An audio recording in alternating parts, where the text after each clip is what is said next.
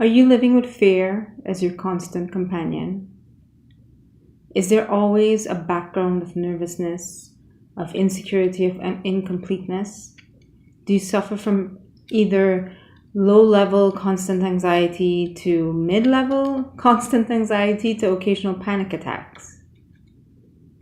What if I told you that you could correct, reverse, and eliminate all of these by understanding the root cause of them, how your mind came up with them, and how you began to experience them as your experience of life? If you've been following, then you know that I talk about consciousness. I talk about dwelling in one of two types of consciousness. So first, let's talk about what is consciousness. Consciousness can be thought of as your awareness, what you're aware of, not what you think about, but where you think from. So there are essentially two different ways of thinking. Either you think as I am a limited, fragile human being, alone and separate from everything else, and against the world, and the world is against me. Or you think your awareness is from the place, the consciousness of I am. I am part of everything. I am part of a greater whole. I am part of the big mystery called spirit. I am a little piece of spirit that came into this world. I am here for a time, playing a role, and I am not in any way disconnected from everyone. I am not alone. I am not unsupported. I am not separate from what I see. And I am well. I always have been well. I always will be well. I was never truly born, and I will never truly die. The body that I inhabit goes through those things called birth and death, but I do not. Understanding those two places of consciousness, those two forms of awareness, will help you to immediately and permanently address all your issues of fear and anxiety. So let's talk about fear as first the primal fear, right? We're told that fear exists in us to protect us from getting burnt. You don't touch fire because you're afraid of fire. That's not exactly true. You don't touch fire because your logical mind says if you touch fire, you will get burnt. But you do not live in a state of, oh my God, I'm so afraid of the fire. What if the fire burns me? No. Fear is not a natural psychological state. Fear is an abnormal state that's caused by the mind living in the hypothetical future of what if I get burnt by the fire, right? Let's begin with a simple concept, because we could also talk about, logicking your way through that thought. But first, let's begin with the fact that why are you living there? Why are you in the future? If there is your being, your body being is in the present and your mind is in the future, then there is a gap there. And that gap is what we call anxiety. Simple logical process, if you want to get rid of the gap, either bring your body into the future, which you cannot do, or bring your mind back into the present. Close the gap. That's it. The gap disappears immediately. You need to exist where you are right now. There are far too many possibilities in the future for your mind to fully be able to grasp it. You are not some sort of high processing computer. And even then, the computer couldn't do it. There are way too many scenarios. And you cannot cope with the future. But the beautiful thing about how our minds are created is that we can cope with the now. In fact, you can cope with the now by bypassing the mind entirely. You can just simply be. You can be without thinking about now or worrying about the future. You can just be. The energy of life flowing through your being, the awareness of life, taking in all of life and absorbing it, and just enjoying the sense of being. A brand new baby does not experience fear. He may cry when he expresses physical discomfort, but he does not experience fear. Fear does come soon in life when he becomes afraid of whether I'm going to get food or whether I'm going to get picked up, all that kind of stuff. But in the very, very, very beginning, a brand new baby is simply awareness. You come into this world and you are aware of the world. You take it in, you absorb it. So long story short, you can, just to give you tangible, I like to give people tangible things they can do. By bringing your mind from the future into the now, you can close that anxiety gap, eliminate it. So that requires being aware of your thought stream. You have to be aware of what you think of. And you have to also choose to end it. That's the other thing. Other people are like, well, what if and what if? And I'm not asking you what if. Yes, it's possible what if. You could die. There could be a war. That is possible. I'm not asking you that. I'm asking you, do you want to suffer tomorrow, today? If you are committed to ending the anxiety, then you have to leave the what ifs. Let them be. Let them be. They will come as they come, and you will deal with then when it is your now. When you are there, you will deal with it, right? Which is another, if you want to think in terms of time travel, that is how you take your body into the future. When your body is in the future, your body and your mind will be there, and you will cope with it as the now. Right now, you're here. So you have to be willing to stop thinking about the future. You have to become aware of your thought streams. A lot of people don't even know they're thinking, and they don't know that they're thinking the same things over and over. So you have to put some effort behind recognizing what you think about. For people who are in a serious way and really want to do this as a form of therapy, I recommend that you set a timer for 5 minutes in the beginning, but aim for 15 minutes, and sit with pen and paper, and every single thought that pops into your head, write it down. Not in great detail, obviously you won't have time, but write the topic.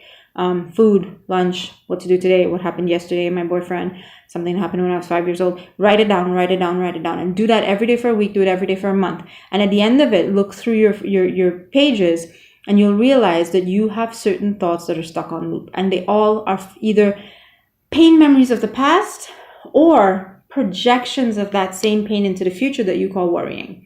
So you are either processing pain that happened or processing pain that could happen.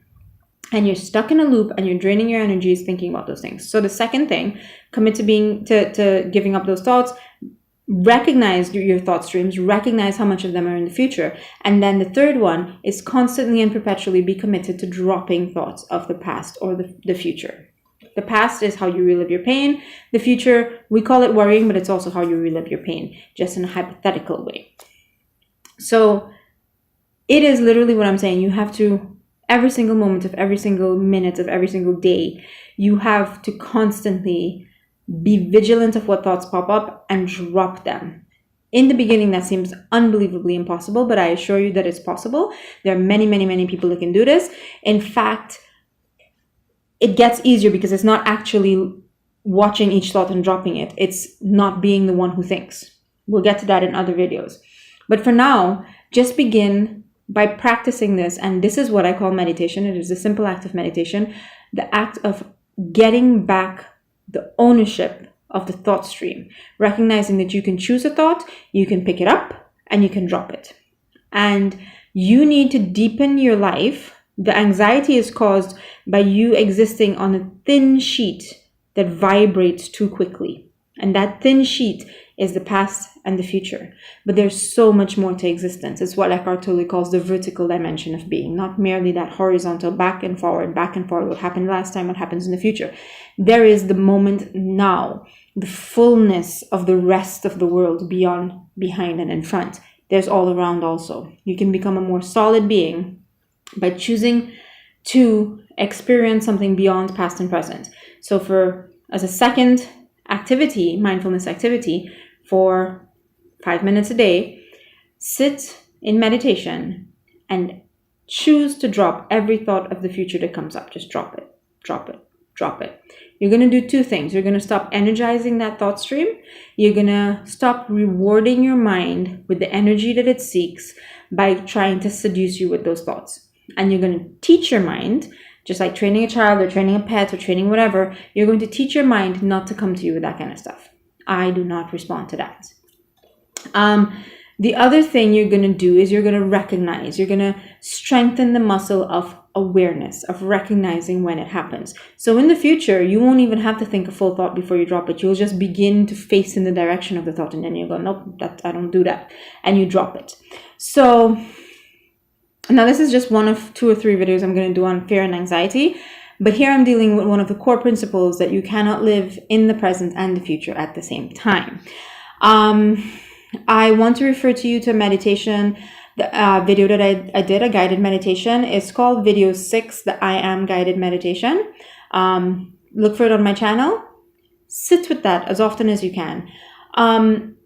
It makes you comfortable in your skin. It makes you relax your shoulders, let go your breath, unclench your diaphragm, unclench your jaw and your shoulders, and recognize that you are not constantly in this fight or flight mode. You are not constantly heading towards the future. You're not constantly trying to do or trying to achieve. You just are.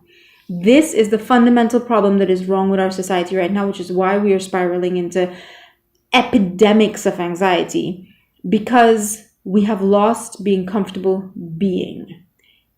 It's going to sound terrifying. I'm going to tell you, sit without your phone, without thinking of anything, without worrying about anything, and just feel the feeling of being. And depending on the level of anxiety you feel, you may find that terrifying. But I promise you, you will not die. Your nervous system will lie to you and say you're going to blow up. You're not going to blow up. You're going to be fine. Breathe through it. The thing that rises, breathe it out. Just breathe it out. If you feel tingles in your toes, breathe it out. If you feel butterflies in your stomach, breathe it out. Let all of those emotions and feelings, which are your body's response to your fear. Your fear is a sort of psychological concept, but the feelings in your body, the feeling of fear, the feeling of anxiety are your emotions, your body's response to it. All of those are clotted energy that has gotten stuck inside of your being, and you need to breathe through it. So not only will you actually physically release the fear so that there's less of it accumulated in your being, but you will also become accustomed to simply existing. And when you become accustomed to simply existing, you become less comforted or less habituated to existing in the state of fear. So one metaphor, I believe this metaphor came from Rupert Spira. I strongly recommend a few people. Eckhart Tolle really explains how the mind works, how we accumulate patterns. Rupert Spira explains it from the position of consciousness and how to recognize when the consciousness gets lost in the egoic mind. And Muji Baba, some people call him, he leads unbelievably peaceful meditations that get you straight to the core of the problem, which is the mispositioning of your awareness. I recommend you look into those guys. Anyhow, Rupert's metaphor is that if you have a cork, the cork is supposed to float. What you're doing is you're trying to push it down. And the act of suppressing that, the thought stream, the energy, the fear, the pain bodies, the act of trying to push it down creates what you call anxiety. And it's this constant sort of, I can't quite, and you're just not capable. If you let go of it, the cork will bob up to the surface. This cork being a bundle of energy, of nerves, of fear, of thoughts, of it will bob up to the surface. And for a moment, you will recognize that it is called fear. But you will be okay. If you hold presence when you allow the fear to rise up. I am afraid of losing my job. I am afraid of dying. I am afraid of being alone. I am afraid of the future. I'm afraid of war. I'm afraid of financial collapse. I'm afraid of sickness. I'm afraid of cancer. Instead of making it a background thing that you're ignoring and calling it anxiety, sit in meditation in a few moments of silence each day and allow this to pop up to the top, to the surface, and watch it and call it what it is. It is fear. What happens then is you have, with all emotions, with all energies, you have to observe them from the state of the observer, from the higher consciousness.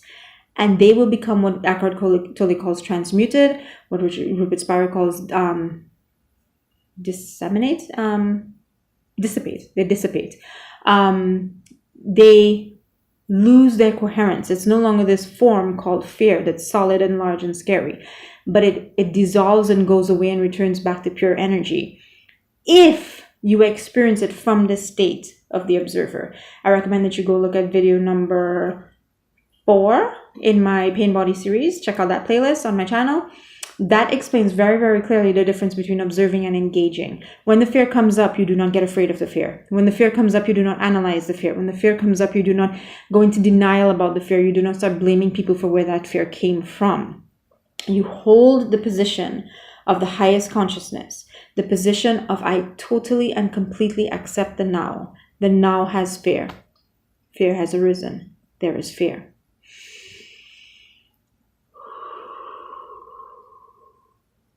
Call on the divine strength of your breath to help you bear with the moment where you recognize and witness and allow the fear. Your breathing will help you to dissipate the energy of that fear and cause it to go from, instead of, at that moment, if you respond to the fear with the mind, it will solidify into either more fear or into disease. Or if you recognize the fear, observe the fear, and allow the fear from the position of observer, it will dissipate and dissolve and float away and return to energy. And you have a decision to make. And when you are not quite familiar with exactly what I'm talking about and how to do it, in the beginning, turn to your breathing. Allow this thing to be. Allow it because it wants to be. It came from somewhere and it's heading somewhere. Allow it to be. It is passing through, like a train passing through your station. Whew, it's going to make a lot of noise, but it's heading out. Allow it to be. Breathe through it. Have conscious breaths. Listen to the sound of your breathing. Feel your breathing. Feel the energy of this thing in your being and use your breath to breathe it out. Visualize your breath taking it out of your being, and it will. Okay, so I can't remember all the different tips that I've given you today. Do them all. Make the decision to end the anxiety. And do these things as a habit. You need a meditation practice. You need to become aware of your thoughts, and you need to dwell in a place where you're not identifying and engaging with the thoughts.